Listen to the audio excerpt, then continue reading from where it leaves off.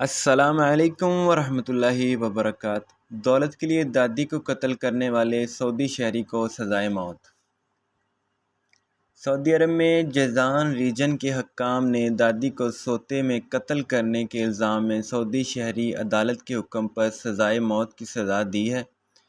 خبر رساں ادارے ایس پی اے کے مطابق وزارت داخلہ نے بیان میں کہا ہے کہ سعودی شہری حسن بن سالم بن شوئی نے اپنی دادی عیش بنت محمد بن علی کبی کو پہلے شیشے کے ٹکڑے سے زخمی کیا، پھر گلا گھونٹ کر ہلاک کر دیا۔ یہ واردات دادی کی دولت کے لیے کی گئی تھی۔ وزارت داخلہ نے بتایا، سعودی شہری کو پولیس نے گرفتار کر کے عدالت میں پیش کیا تھا۔